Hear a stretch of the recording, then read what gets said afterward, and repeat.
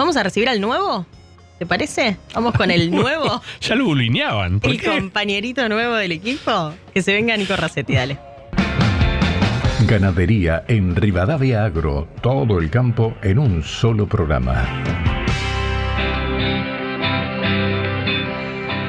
Hola Nico, ¿cómo estás?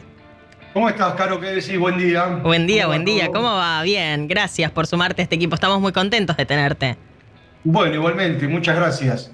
Muchas gracias, yo también, muchas gracias por la participación. Te perdimos, ahí está, lo te tenemos en pantalla. Tuvimos un momentito, lo perdimos y dije, se fue, renunció.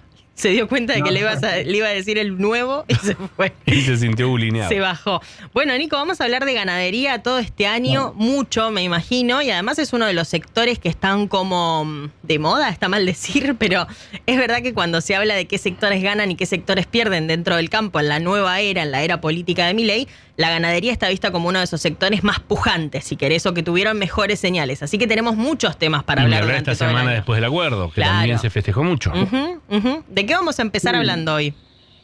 Bueno, yo creo que se impone en la agenda ganadera el acuerdo entre la Argentina y Estados Unidos por las 80.000 toneladas adicionales de exportaciones de carne vacuna a las 20.000 que ya tenía el país, ¿no? Son dos cupos distintos, el de 20.000 toneladas va por un lado, que es el anterior, que tiene una forma de reparto según la Past Performance o los antecedentes exportadores de los frigoríficos, y ahora aparece este otro cupo de 80.000 toneladas que tiene otra forma de reparto, que es el mismo criterio que se usa para la cuota 481 que va a Europa o la de China, que es primero llegado, primero servido, ¿no? Con la diferencia que la 481 se reparte entre varios países y la de China es este cupo donde van a competir los frigoríficos internos para ver en principio con cuánto se queda cada uno, o también con la de Estados Unidos está de 80.000, primero llegado, primero servido. Bueno, el que tenga más capacidad productiva, más posibilidades, más oportunidades de negocio, más clientes, como sea, va a tener más alternativas comerciales, ¿no? No va a estar acotado a un volumen otorgado por el gobierno, en principio, aunque los frigoríficos sí quieren y se están peleando porque haya algún tipo de ordenamiento, ¿no? ¿Está lista Argentina, la ganadería argentina hoy? ¿Está lista para asumir ese desafío de pasar de 20.000 toneladas a 100.000? O sea, ¿va a pasar mañana?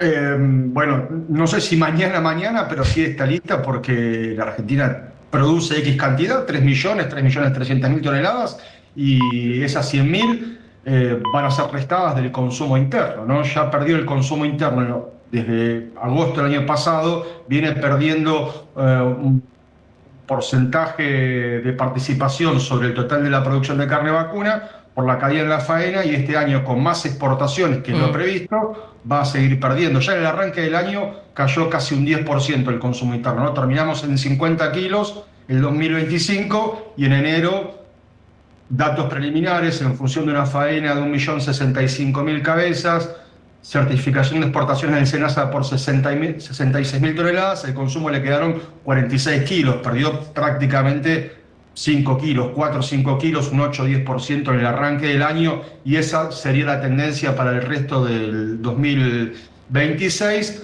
Hay que tener en cuenta que ya tiene asegurada la Argentina exportaciones por 511.000 toneladas a China y estas 100.000 a Estados Unidos, que en realidad son más, porque las de China son res con hueso, que es una forma de medirla. Las de Estados Unidos son peso producto. Si la trasladamos a res con hueso son 140.000 toneladas. Claro.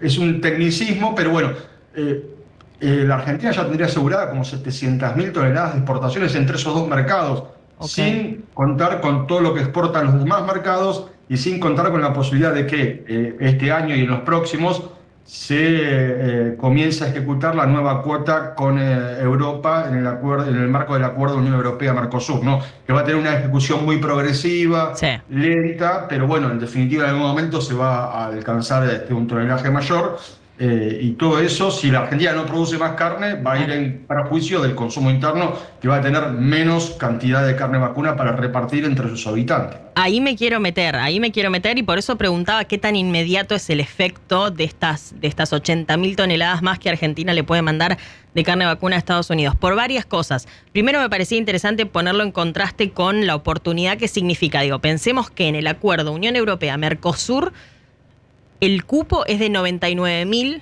toneladas. Corregime, Nico, si me equivoco en algo. 99.000 toneladas. Sí. Pero claro, está repartido en lo que pueden vender 4 países importantes en términos de ganadería, que son los 4 países del Mercosur. Paraguay, que viene creciendo mucho, Brasil, el mayor productor de carne del mundo, Uruguay, que exporta mucho, y Argentina. O sea, esas 99.000 toneladas están repartidas entre 4 países potentes en competencia por la exportación de carne vacuna. Ahora, en el caso de Estados Unidos, por eso es que se toma como una oportunidad tan grande. Y por eso se celebraba bastante en la ganadería, veía comunicados en forma de cataratas prácticamente al día siguiente del anuncio del acuerdo, porque son 100.000 toneladas limpias para Argentina, solitos para vos.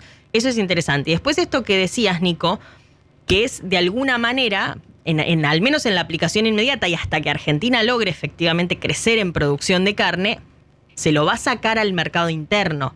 Vamos a ponerlo en esos términos para subirnos a esta cosa muy, muy impulsada, inclusive en algún momento por el kirchnerismo, que era hacer competir la exportación con el mercado interno y demonizar la exportación, ¿no? Pero digo, mientras se lo saque al consumo interno, ¿va a aumentar el precio de la carne por la carne extra que estemos mandando a Estados Unidos? Que yo entiendo que es la preocupación de la gente que está comprando menos carne vacuna, aunque sigue comiendo las otras carnes.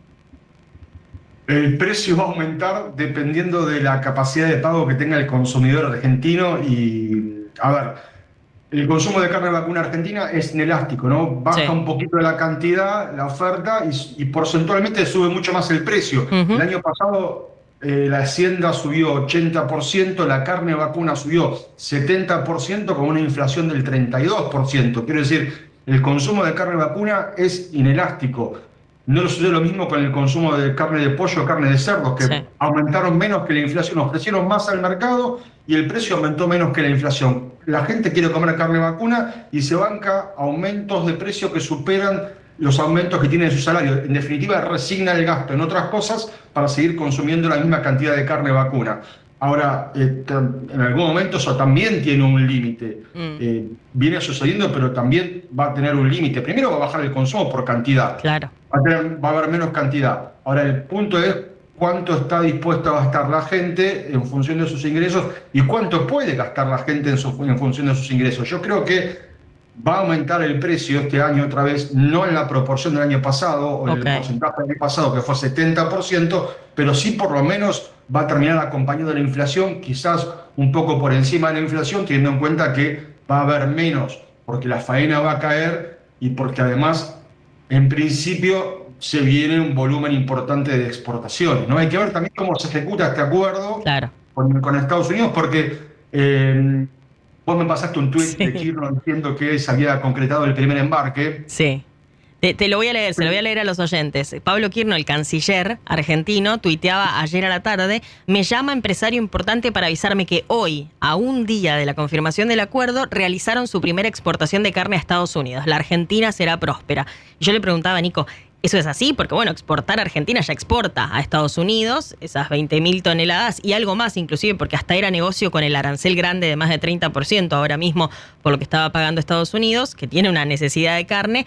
Pero, es decir, ya había frigoríficos exportando y el que tuvo que hacer todo y ya estaba aprobado para exportar es el que pudo exportar ayer. Digo, es raro que en el nuevo cupo se haya exportado o que haya nuevos frigoríficos aprobados para exportar si hace 10 minutos que se anunció el acuerdo.